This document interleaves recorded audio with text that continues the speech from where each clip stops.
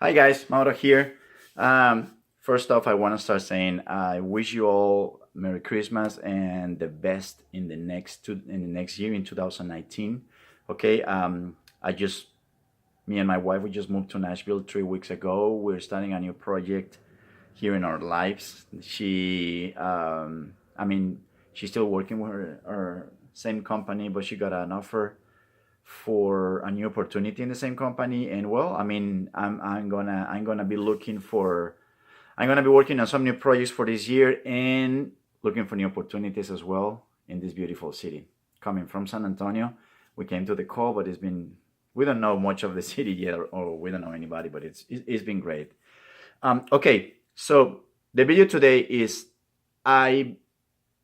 This is a very common thing that I'm seeing that I've seen professional athletes that I see on the NFL, like athletes that you see that they have problems, sometimes not behaving the way they should.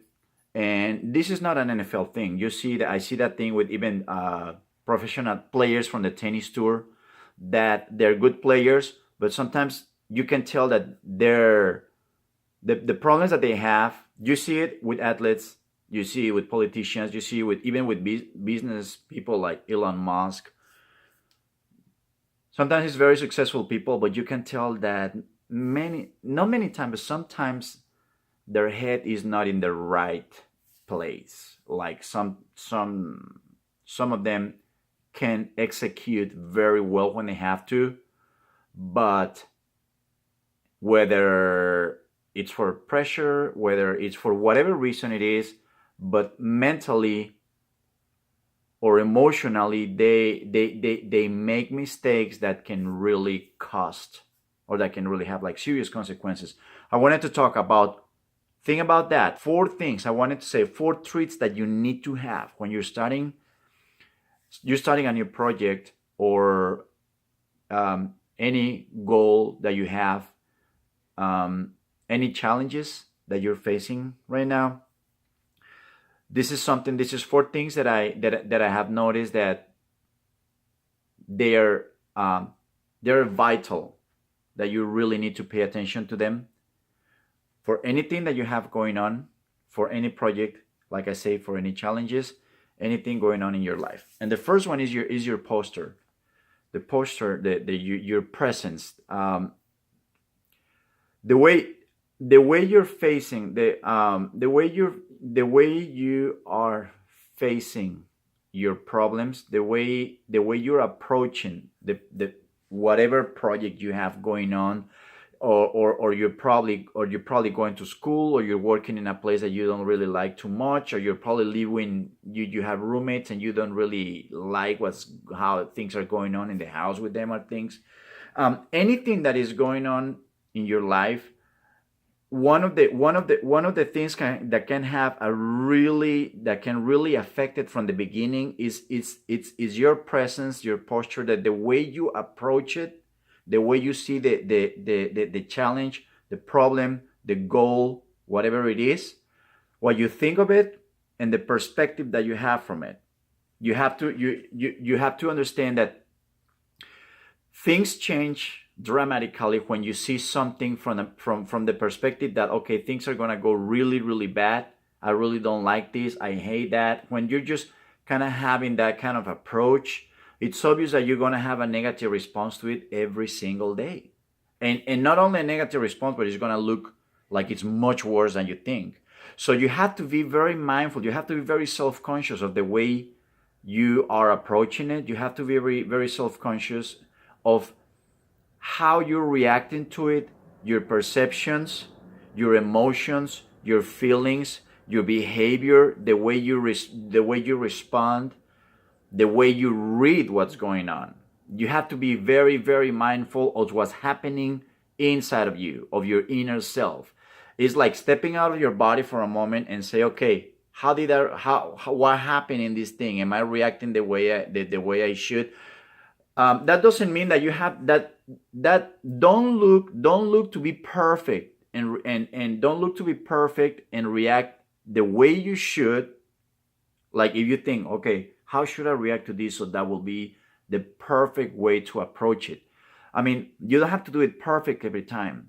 It's inevitable. There are gonna be hits that are gonna things that are gonna hit you, but it's not a matter of being unreactive. It's just catching, learning to catch right away. I'm not doing this the right way.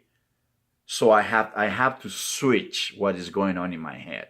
So you just gotta catch yourself as soon as possible what's going on in you, and then if you know what to do about it. Okay. The second one is equilibrium. Equilibrium is, let's say you have a project and you wanna you wanna dedicate all your time and your energy towards that project, and there are gonna be things that are gonna be good, and there are gonna be things that are gonna be bad. There are gonna be times when things are gonna they're gonna work out well, and there are gonna be times when things are just not gonna go the way you want. So you have to, in the back of your mind, you have to assume this is a given, this is a fact. You have to assume that there are gonna be times when things are gonna work your way and things are not gonna work your way.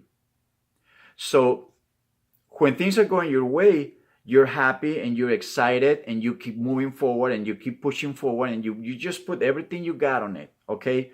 But don't over celebrate. Don't and I'm not saying don't think that okay, time is gonna come when things are gonna go wrong and expect for it. When is a moment when things are gonna go wrong now because this is going too well? No, I'm not saying that you have to react like that, but you have to always you have to understand that the only way every project that is worth working on or working for is really gonna be good and give you rewards is facing challenges. If the project is too easy, it's just not it. That means that you're probably your bar you lower your bar too much, and what you're trying to accomplish is just too little for your talent or for your skills or probably for your ambition. So the equilibrium is there are gonna be times when it's bad, there are gonna be times when it's good, and that equilibrium is the same thing that you gotta keep in your mind. You gotta understand that you have the right approach when things are working well, and you have to have the preparation when things don't go well. So don't over celebrate and don't think that everything is super negative when things don't go well. You got to keep the equilibrium. You got to learn when to attack, how much to attack, and there is a time when you're going to defend. Okay, so you have, when I mean equilibrium, that means being balanced in your mind, knowing that things are going well or not. There's gonna come a time probably when things are gonna turn around. If it's good, there's gonna come a time when they're gonna be more challenging. If it's bad, there's gonna come a time when things are gonna get better. But the idea is that you gotta keep you keep the plateau emotionally. Don't let it go like that. That's exactly what equilibrium means. That you keep the plateau. Don't let you can shake up a little bit when things go wrong, but you're gonna go back to where you were because that's how you're gonna fix it. Okay, if you let it go like a roller coaster like that, emotionally, then that's no equilibrium. So it's very easy to think everything that looks, if something is good, you're probably gonna make it way too big, way too good, and it's not that good. And because it's not that good, when things go wrong, it's gonna be a surprise, and you're gonna look at it just like this is really, really bad. So you gotta stay kind of calm and a little bit cold when you're reading the situation. Okay, don't be super negative. Don't over celebrate. The third one is understanding. You have to learn to read. You have to learn to read the situations, the circumstances, what's going on. Everything that happens pretty much to us has is like an energetic bond.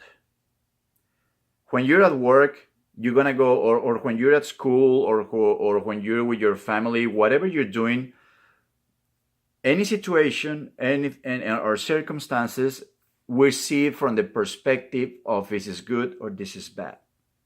This is something that is going to help me, or this is something that is going to make things more difficult for me. Okay, and you have to understand, you have to learn to read what is going on, and you have to learn to read what is going on. You only get to do that from the perspective of someone that has a centered state of mind. That's why I was mentioning it's so important to keep your plateau emotionally. That means you have that self-control. That means when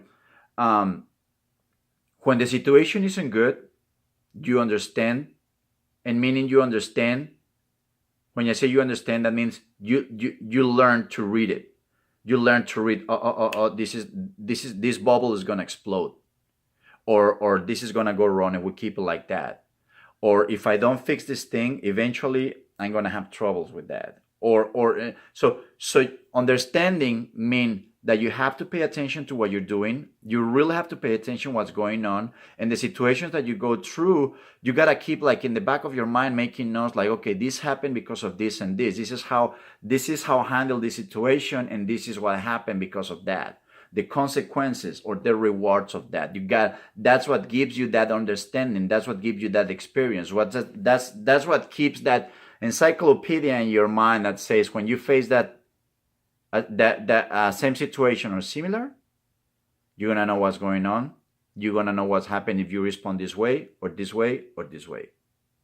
So you gotta learn to understand the situation. How do you learn that? Well, you gotta be mindful. You gotta be self-conscious. You gotta make mental notes of the things that are going on. And that's when you understand. When you start to understand anything that you start becoming an expert at, that you start mastering, it's not only that you're understanding, you start anticipating what's coming. You see, you start reading even before things happen. Your subconscious mind already telling you, beware of this because of this. Beware of this because of this, or beware of this because of this. And if this is going to happen, this and this and this is what you can do. This is going to happen, this and this and this is what you can do. So understanding is paying attention, and when you pay attention, is not only you understand, you start anticipating what's going on, and you know how to react to it because you already been through it. And the last one is diagnostics. Diagnostic it's pretty much like understanding. Now, what happens is the difference is understanding is the pieces are being thrown at you, and you're grabbing it and grabbing it and grabbing it, and you put them together here, and there. Okay, and you learn to read the problem, and you learn to anticipate. But understanding is acquiring that knowledge.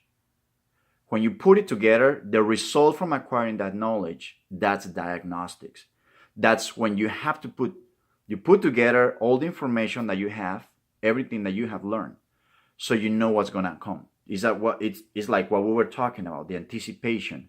You're gonna you don't really, anticipation doesn't mean that you're always gonna know what's coming. You can have an idea.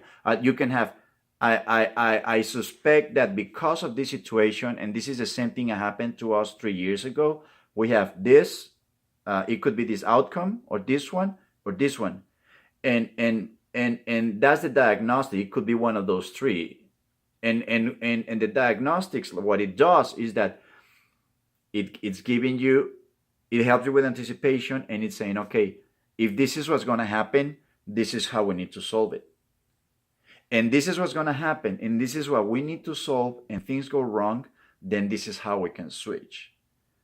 So you get that understanding, and the product of the understanding, is anticipation, and the diagnostics. Learning to read what's going on, so you come up with the response.